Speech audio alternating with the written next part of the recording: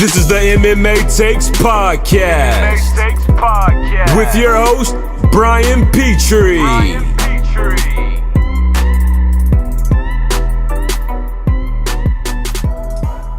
Hey, yo. See? Fuck! See, I thought I had it. I thought I did it right. I didn't do it right. I did a video intro. Here I am. What's up with the what's up, baby? Do a little quick podcast very late in the week. Tomorrow's the fights. Not a great card. Fights fell off. I still got picks. I still got to do my job. I still got to provide you guys picks, and that's what I'm doing. This whole thing's fucked, dude. This is what happens when you rush, man. You get two kids, one gets sick, the other gets sick, the one can't poop, wife's gone all day, I gotta work still. Shit fucking happens, and you can't get stuff done. But we're here. First things first, I'm gonna give you UFC picks. I have the little graphics. Didn't take out the fights that were canceled. We'll steamroll past them. Try not to do too long. Two things off the top. I'll give you my predictions of the Bellator, the main event. This is probably the first time ever I think that the Bellator main event is better than the UFC main event. I'm not a huge Bellator guy. I've said that before. But I do think that AJ McKee and Pitbull is fantastic. And, but the thing I got to lead this with, my guy Chris Curtis fights tonight. Go to xmma.com. I think it's on the website. I do think they're on YouTube as well. I got a rep for my guy here. Oh, God, I'm falling apart. I don't know why I can't share this stuff with you guys. What is happening? All right, let's see. Credit application. Yeah, Safari. Not working. Not fucking working. This is what happens, dude. This is what happens. See, I got to get my fucking fat head out of the way. Get out of here, me. There I am. All right, listen. Chris Curtis fights tonight. He's fighting another UFC vet and Kenny Robinson. Kenny Robinson, listen, didn't light the world on fire in the UFC. No doubt about it. The guy's not a fucking all-star. But at one point in time, Sean Shelby, Mick Maynard, Joe Silva, whoever thought this guy was good enough to be in the UFC, and he fought in the UFC quite a while. He's taking on my guy Chris Curtis tonight. Chris Curtis made the cut to 170, which I personally believe is his best weight class. I know he likes to bounce up to 185, 170. Personal friend of mine. The guy saved my life. I got to hype him up. Again, xmma.com, xmma on YouTube's. And we're going to go on. So you got Kenny Robinson. And let's just look at this run that he's been on, okay? So everyone is going to accuse me of being biased. You used to train with the guy. He's not UFC quality. He's this and that. Let me just stop you right there, okay? You want to be unbiased? You want me to fucking take my unbiased hat off? Okay, here we go.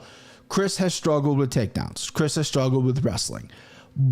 But he's only been finished twice in his MMA career. He got a shot in the Contender Series, won by knockout, a sick head kick knockout. Didn't get the contract because fucking Greg Hardy was on it. That's a true story. And got shafted. Was on the Bellator reality show, the failed reality show, blew his knee out, rocked the guy, dropped him bad in the first, got taken down. That's been his MMO. He lost to the Russian twice in PFL, both times by just getting taken down. Yes, okay, that's it right there. But the guy deserves to be in the UFC. Kyle Stewart, former UFC fighter. Ground and pound, knocked him out. This Mexican kid who's 6-5, but the Mexican kid said he was 35 and 5 or whatever his crazy record was down in Mexico, knocked him out in round one. Jerome Hatch, 25-14, not the best record. Guy's been around for a while, fought a lot of people, knocked him out in the third round. Kenny Robinson fought in the UFC. 4 straight wins, 4 straight finishes. Before that, okay, little stumble in the PFL. He knocked out Andre Fijo in the third round. Awesome fight. Fijo is a solid fighter. I believe he just knocked out James Vick. The Russian, okay? The Russian grappled him, fucked him. What are you going to do? Then he fought Ray Cooper. Let me explain the Ray Cooper thing, right? In case people just look at it and go, well, he got knocked out by Ray Cooper in the second round, okay? He lost to the Russian, right? Went back, was done, was retired, was eating cheesecake or Cinnabon or something. Was upset the way he performed, upset that he got frustrated. I mean, the Russian just grapple fucked him the whole time. Russian dude got hurt. Couldn't fight Ray Cooper the same night, by the way. So they go, Chris, we need you. can you fight Ray? And Chris wanted Ray from the beginning. He's like, fuck yeah. So this guy went from retiring to being upset by his performance to eating a piece of pastry, cheesecake, cinnabon, whatever it was, waffles. I think it was waffles actually. To getting there with Ray Cooper, getting grapple fucked the first round, and then getting mad in the second round, getting caught. Only time in his career he's been knocked out. And you look at all these wins. Look at these wins in a row. 1, 2, 3, 4, 5, 6, 7. 7 wins in a row. Nacho Burrell, that was a decision loss. He won that fight. I watched it live. There's no way he lost that fight. He has a win over Noshan Burrell early in his career. Former Strikeforce from UFC fighter. Bilal Muhammad just wrestle fucked him. Not a great fight for Chris. All these guys kind of stink. These are more regional guys or whatever, but then you start getting into some of these good guys. Will Santiago and CSS, he had a shot at the Contender Series. What's his face? Knocked him out. Portland Pringle. What's kind of a premier up-and-comer in my neck of the woods. Wasn't great. Goes over to, I think this guy might be Canadian, or he's, was he Canadian? Yeah, he's Canadian. Tough as shit. 5-1. His only loss is to Chris. Chris goes out to decisions. Him. Jason Norwood, another decision. Hard-nosed wrestler. Proved that his wrestling is improved. See that guy did that? Sean Lally, tough Philly kid, fucking hook kick knockout, gets dicked over by fucking Gray Maynard. But look at this fucking record. And the biggest thing holding him back. So the only other time he got finished in his career was the Tom Galicchio. That's a loss. He got rear naked choke. The only time he's ever been submitted was Tom Galicchio. Way back when, I remember him cutting that weight. It was a horrible weight cut. What are you going to do? Look at this beautiful son of a bitch. Look at this beautiful son of a bitch. 25-8. He's 34 years old. He's going to be, he just turned 34 years old. Excuse me. Birthday was a couple weeks ago. He's in the prime of his career. If he goes out there and he finished Kenny Robertson, who again is retired for a little bit, came back with a loss, I expect Chris to go out there and dominate him. It's at 170. Chris looked to be in phenomenal shape. The biggest knock on him was he was in Cincinnati. Then he went out to Temecula. Then he was going back between Cincinnati and Temecula. Now he's permanently in Vegas. There's no fucking reason. There's not one goddamn reason that he should fucking not be in the UFC. Christian says, damn it, I didn't know MMA was an MMA guy. I love your podcast and your music, bro. That's my guy right there. That's my guy, Christian, okay? He likes my shit. This hair just got out of the shower. Thank you, Christian. Thank you. All right, let's get to the fights. Let's get to the picks. First fight of the night. We got, let me exit out of this, and we got Orion Kosi versus Philip Rowe. Rowe missed weight. Kosi is a minus 155 and Rowe is plus 135. Both Contender Series guys. Rowe has made his debut. Of course, Kosi is not. Kosi's younger or older brother, not sure which one, did make his debut in the UFC. Lost, gassed out. These guys only fight in their hometown. They have huge fans that suck their dick the entire time. You watch up any regional tape of these guys and the fans are like, yeah! Like they love these fucking brothers, right? The records of the people they have fought are not great. I'm not going to sugarcoat it. They're not great. But the one thing that they do have is power. The one thing that they don't have is cardio. So the cardio is going to be the biggest issue here. But Phil Rowe really disappointed me in his UFC debut. I thought he was going to do a little better. He was hesitant. He was a little gun shy. He gassed himself. He's a tall, lanky guy with some good strikes, with some, difficult strikes. He's a slow start. He started slow in the Contender Series, but he just really disappointed me in his debut. Missed weight again. Typically when guys miss weight, they win fights. Like the percentages are absolutely wild of the guys that miss weight that win fights. It's crazy. They get that little bit of advantage. That's why I think they need to change up the rules a little bit. Punish these motherfuckers a little more for not missing that weight. But this fight, I think, it's kind of hard to tell. I'm going to go Kosi, though. I'm going to go the favorite, minus 155. If I'm going to bet this fight, which I don't think I don't have many plays in this card, I'm going to be honest with you. I don't love the card on any level, really. Is a betting level, obviously. And then just, I'm going to watch it. It is MMA, but it's competing with Bellator, which unfortunately I am a little bit of a Bellator casual because I do not like the promotion that much. I prefer LFA. I prefer PFL. But everyone that I trust, I listen to, besides Main Event, they have other really good fights as well. So I have Showtime. I'm going to be tuning in to both. I'll be watching both, but this fight doesn't do much for me. Kosi's got a lot to prove. It's like one of those kids that reminds me of like, you know, like if you're really good at baseball in your town and then you go to like a bigger city or whatever, and then all of a sudden you're like, oh, you're not that good anymore. But you're like, but everyone loved me and I was great. Yeah, but this is the big city now, okay? I feel like Kosi might have that a little bit. Not sure if he's able to go 3 hard rounds. We'll see. His brother really shit the bed, and yeah, let's move on here. Little hiccup there. All right, fight 2 got canceled. This was the fight I was looking most forward to. We're clipping a little bit. I apologize for that. This was the fight I was looking most forward to. I had Ronnie Lawrence in this. I thought that was a really good number. People were steaming Jones because of the knockout stuff. Fight got canceled. Fuck me. We're moving on. Ashley Yoder versus Jun Fry. I mean, not much to say. This fight's going to go to a decision. It's, I mean, that's about all I can say about it. It's going to go to a decision. I mean, look at me. I'm playing on my fucking phone. That's how much I uncare about this fight. Listen, Yoder isn't a finished champion outside the UFC. I thought she's looked decent. She's coming off her first UFC win. Yoder doesn't have an impressive record, but she has fought the who's who. She's always in these close dog fights. I'm clipping really bad on this video. This stream has turned into a fucking disaster. I apologize. Hopefully the audio is coming through. I'm going Jun Fry. I'm going to keep it short and sweet. I like the underdog price. She was at plus 125. I got her at plus 115. Fight I might bet on, but I really don't know. But obviously you hammer that it goes to the decision because it's going to go to the decision. All right, next up. Let's see how long this takes. There we go. Pick 'em, boys. Danny Chavez versus Kai Kamaka, 105. Minus 105 was minus 115. Chavez let me down.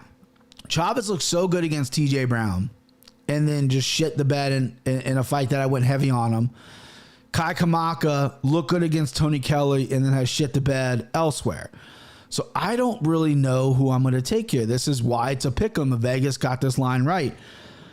I don't know any other way to play this. I don't know. I mean, Chavez does have some good kicks. He has got some knockouts. Kamaka has shown a good chin. Not such great cardio.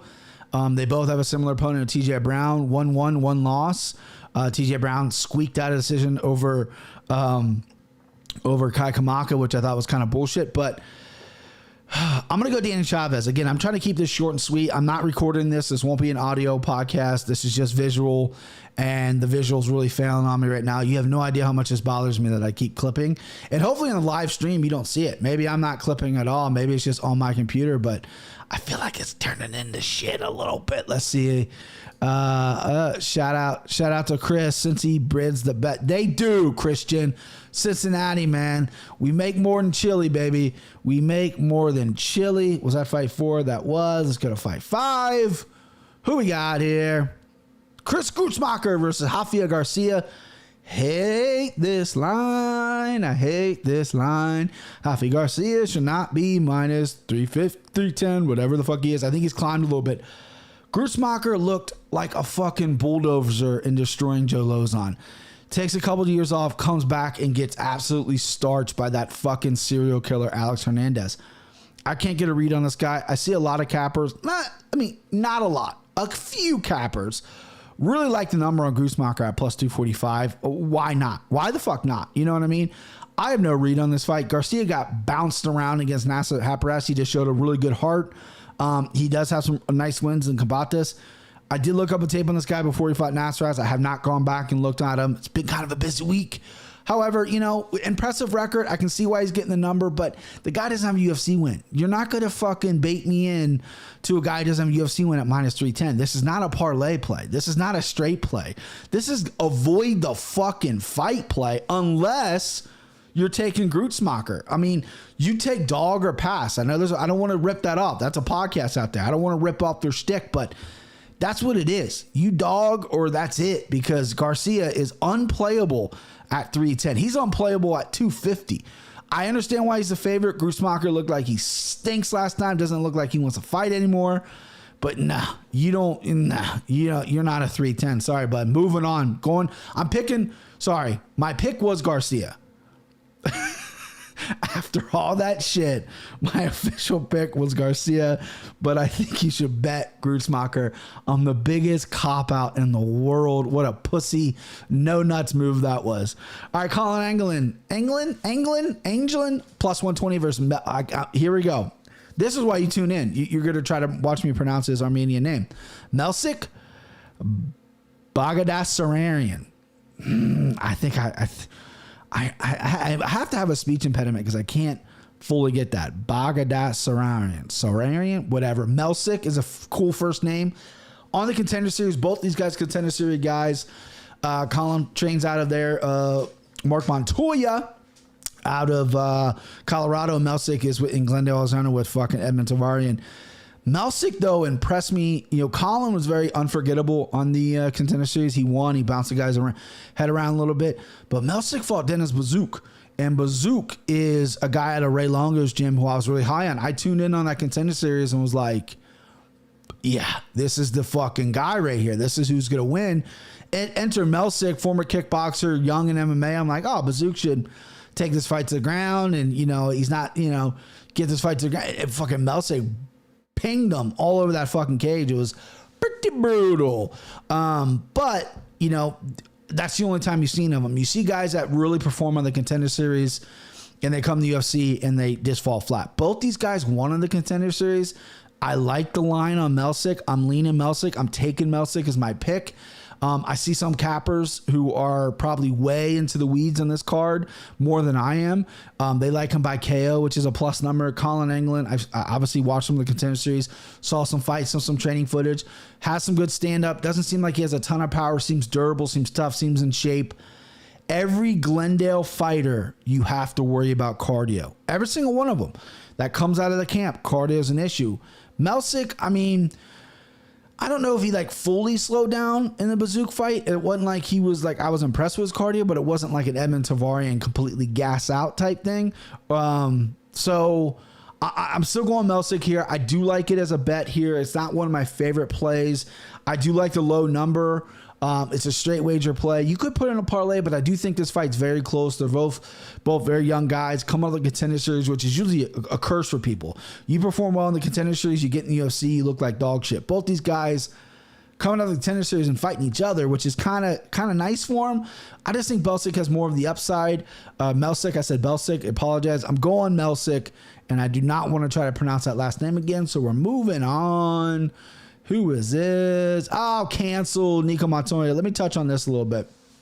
A lot of people are trying to defend Nico a little bit, saying that, you know, she's been through a lot, you know, and people bag on her. Listen, you miss weight by 8 pounds. And you literally have been tweeting all week of how you want to be like more interactive with your fans. And thanks for this. Like, this girl is in a different space. She is in Vegas, which I like, right? I like that she changed up. She's in Vegas. She might have been in Vegas for a long time. I don't really follow this girl's career, but she's 4-3 and she can't make fights. She can't make it in there. She was like the last pick or the last seed or whatever was on the Ultimate Fighter and then won the fucking strap and then just kind of fell off, right? I don't know. She's talking about going to 45. Listen, you start at 25. Going up 20 pounds isn't going to help you. You might miss weight up there. You know what I mean? I don't know what's going on, but this fight got scrapped, and I hated the line anyway. I was picking Wu as an underdog over Montana just because, but I knew this fight was going to happen, so scrap it. Fucking junk it. Fucking do it live. Drinking into the microphone is the best. Brian Barberina with the fucking rash on his belly and all. Minus 265 versus Jason Witt, plus 215.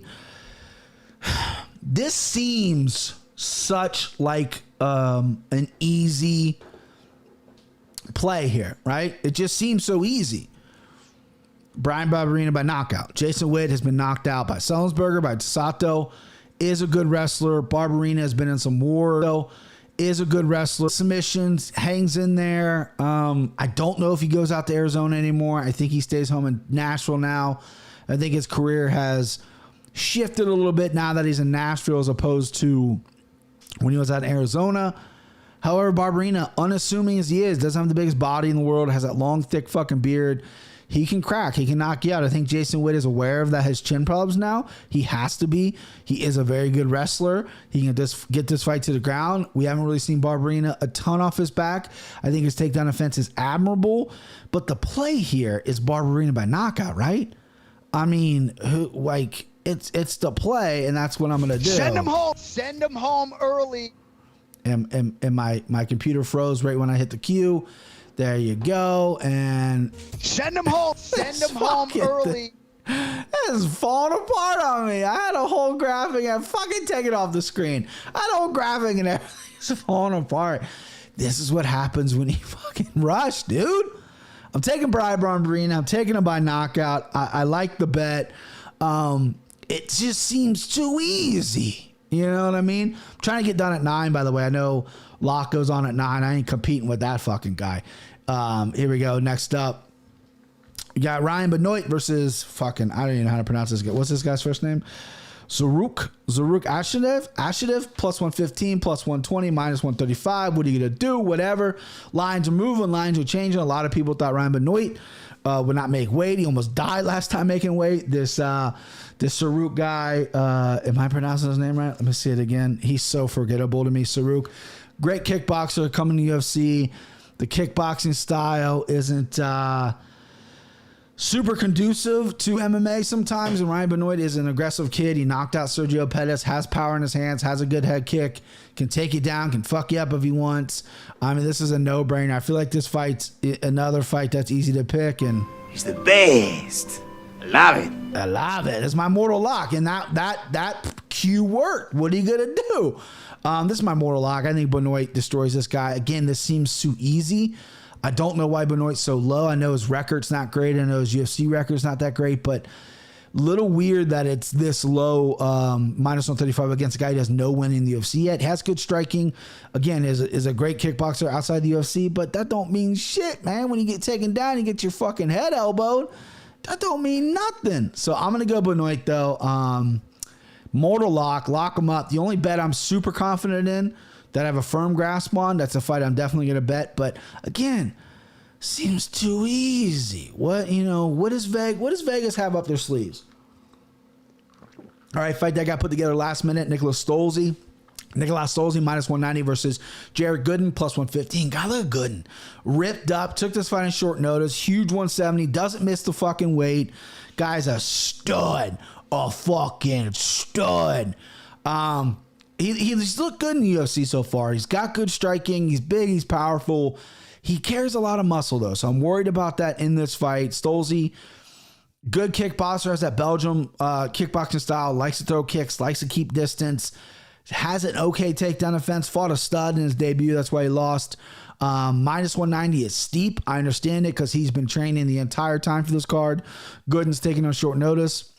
Gooden looks like a guy that could punch through a fucking brick wall, but in the UFC hasn't really proven to be this huge knockout puncher yet. Maybe this could be the time here Stolze can get lazy, with a kick or something, but I'm going to go Stolze here. This is a no bet for me. This is a pass on the bet. I don't like the line. Gooden, I think, could be a good dog if you really want to reach for dogs. If you want to go fucking dog the bounty hunter on some of these guys, I think that's a possibility with Gooden there, because I do think he's big, strong, and a vet.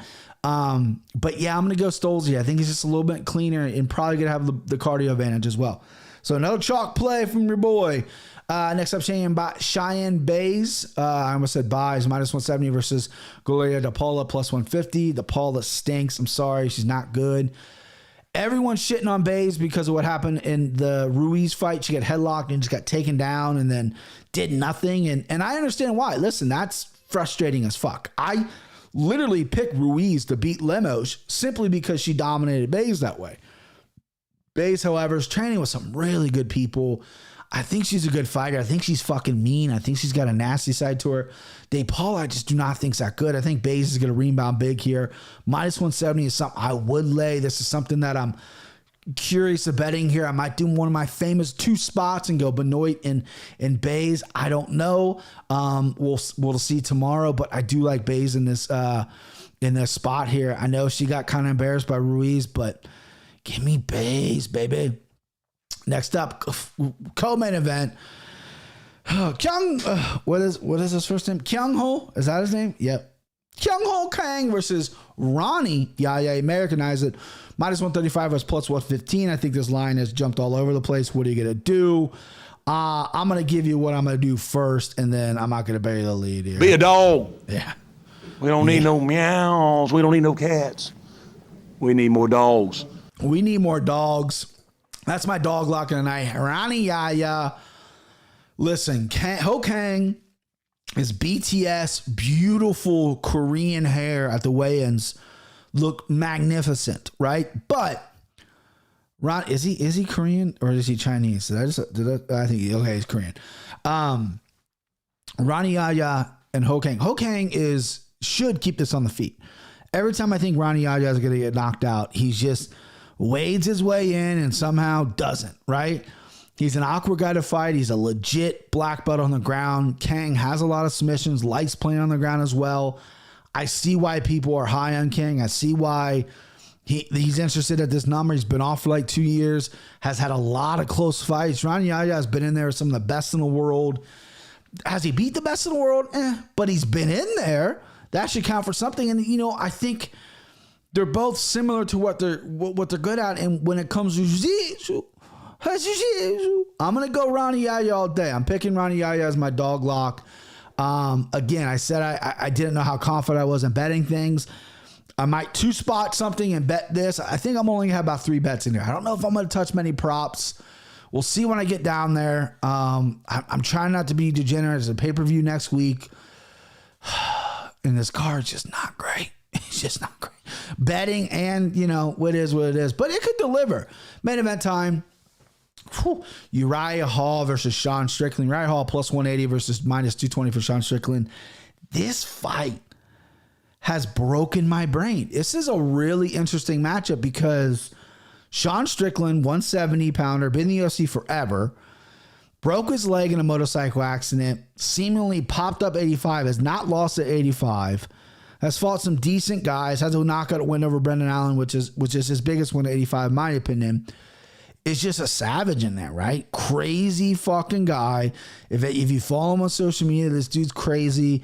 He wants to bare knuckle box people after sparring. He does extra sparring rounds. Like, the guy's nuts. Like, he talks to you in the cage. He's coming forward and he wants to take you out. Uriah Hall is the better striker and the better athlete, but that always doesn't mean you're going to win the fight. You know what I mean? Uriah Hall, sometimes he gets really gun shy and he just doesn't do things well like I think he should. It's tough because you're looking at skill versus tenacity. You're looking at skill versus aggression. You're looking at skill versus toughness. Not saying Uriah Hall's not tough, but fights in the past when you really put the pressure on him and you don't let him style and you don't let him do his fucking fancy stuff, then he kind of folds and breaks. Look at the Paulo Costa fight. Perfect example. He rocked Paulo Costa and then Paulo Costa got up and just fucking kept pressuring him and eventually wilted and Hall won. Strickland, I think, is made for that, for 5 rounds, coming forward with his boxing style and just piecing up Uriah. Sean does have a good ground game. I don't know how great his takedowns is, but his ground game is good enough that if he wanted to take Hall down, he could. But I think Sean wants to make a I think Sean wants to make a statement here. I think he wants to come out. I think he wants to yell in Uriah's face. I think he wants to scream, "You're not going to break my leg," or some crazy shit like happened with Wyman. He's going to be, in Uriah's face. Uriah's going to look to do his fancy kicks. He's a great counter as well. But when you put him on his back foot and the rounds start adding up, Uriah can start fading a little bit. He's a very confident guy pre-fight. You see the interviews. He has a little bit of an ego to him, right? He talks about how great he is and I'm the best striker and this and that. He got a bit of an ego. But the minute he gets in there, the ego kind of goes away a little bit and he kind of doubts himself a little bit. And that's kind of plagued his career, in my opinion. So with that being said, after a whole bunch of debate, I'm going to go Sean Strickland. I think Sean Strickland wins this fight. Timbo, if you're watching, let's do it. Let's bet it up. You won't bet. Let's go. Because I'll take your money on this one, bub. I'll take, the judges robbed me last week. I got you this week. All right, so to end the show, because I said I want to get done before 9, we got a minute before 9. AJ McKee versus Producer Pitbull. Love the fight. It's a crazy main event. Hopefully these main events are on at the same time, but if they are, so be it. One on the TV, one on the computer, whatever you got to do. I love AJ McKee. I hope AJ McKee wins this fight. I'm not a fan of the Pitbulls. either of them. I'm not a fan of the coach. I think he's arrogant. I don't know why. I think he's a great fighter. I can't doubt that, but I don't like him. I don't know why. AJ McKee's got the swag. He's got the style. He's fucking, his dad's a legend, kinda. I mean, he fought in the UFC and he was very boring, but his dad's kind of a Southern California legend, Antonio McKee. I like AJ McKee in this fight. I think he's a slight plus dog. I like it. I think he's going to confuse Pitbull. I think Pitbull thinks he's better than he is. I think AJ's going to confuse him with his size. I think they're going to null each other on the ground. I think AJ's just going to pick him apart on the feet. I don't think Pitbull, who's a smaller, short arm guy, he's got to do his blitzes to get inside. I think AJ's going to pick him off. And I think AJ is going to have some prizes from him on the ground. I think AJ can mix takedowns in better with Pitbull. I like AJ McKee in that fight. That's a fight I will bet. Very excited for Bellator tomorrow night. And again, one more time before I end it, my guy Chris Curtis is fighting on xmma.com. XMMA on YouTube. I'm not sure which one it's on. The prelims are on YouTube. It might be on their website for the main card. But you got Kyle Bogniak. You got who's the main event? You got Ramsey Nijem versus come on, Brian. Would you fucking Ben Saunders versus Ramsey Nijem. Just a couple UFC rejects. They're fighting in the main event. Kyle Bogniak versus somebody. Justin Scoggins, who I was a big fan of back in the day, he's fighting as well. Chris versus Kenny Robertson. Tune in. XMMA. Let's go. Let's bet. Let's do it big tomorrow. But not really, because the card kind of stinks. But we'll do it. All right, boys.